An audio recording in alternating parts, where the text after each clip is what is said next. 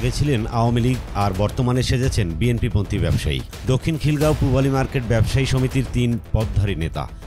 একজন হলেন সমিতির সভাপতি আব্দুল কুদ্দুস মিয়া, অপরজন সেক্রেটারি খলিলুর রহমান মুন্সি ও অন্যজন হলেন পরিচালক আতাউর রহমান। তবে আওয়ামী লীগ সরকারের সময়ে ঢাকা দক্ষিণ সিটি কর্পোরেশনের মেয়র ফজলে নূর তাপস প্রতিহিংসাবশত মার্কেটটি অন্যায়ভাবে ভেঙে ফেললেও তারা ঠেকাতে পারেননি। এ নিয়ে স্থানীয় ব্যবসায়ীদের মধ্যে মিশ্র প্রতিক্রিয়া লক্ষ্য করা যাচ্ছে।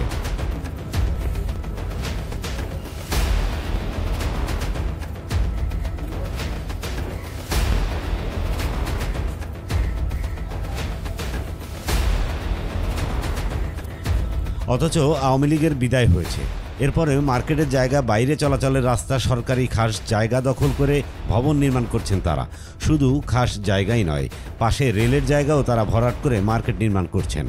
ফলে একদিকে যেমন সরকারি জায়গা বেহাত হচ্ছে, অন্যদিকে মার্কেটের সৌন্দর্য নষ্ট হচ্ছে এবং ক্রেতা বিক্রেতাদের চলাচলের রাস্তা বন্ধ হওয়ার উপক্রম হয়েছে।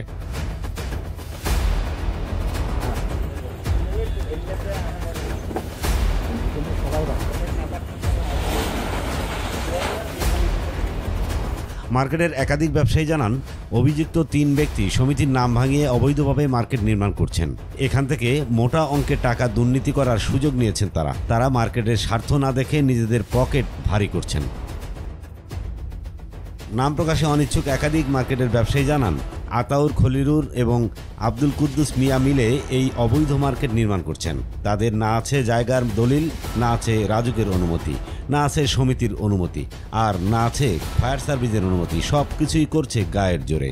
জবরদখল করে মার্কেটটি নির্মাণ করা হচ্ছে বলে অভিযোগ তাদের।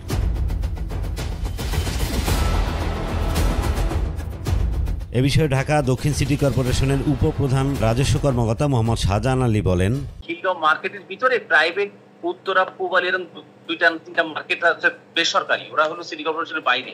ওদেরকে তো উচ্ছেদ করছে, ওদের দোকান দিবে, উত্তরা মার্কেট দোকান বলে তারপর ওদেরকে দিবে। এখন ওদের তো এখন নাই। না এই না জানা নাই তো এটা ওই বাউন্ডারির ভিতরে না ওটা তো মার্কেট করে এখন পুরোটা মিলে মার্কেট হবে, ওদেরকে হয়তো ক্ষতিগ্রস্ত হিসেবে দোকান দিবে। এটাই, কিন্তু ওরা তো আলাদা করার সুযোগ নেই। না সেটাই আপনি তো খবরটা এই মেসেজটা দিলে তাহলে ভালো হইলো। আমাদের ফিল্ডে যারা আছে তারা কি এগুলো দেখার দায়িত্ব না? যারা ইঞ্জিনিয়ারিং ডিপার্টমেন্ট, মার্কেট নির্মাণ, এগুলো তো দেখার কথা তাদের। না আমি তো ভাই কমিটিতে, আমি তো বিভাগীয় প্রধান না।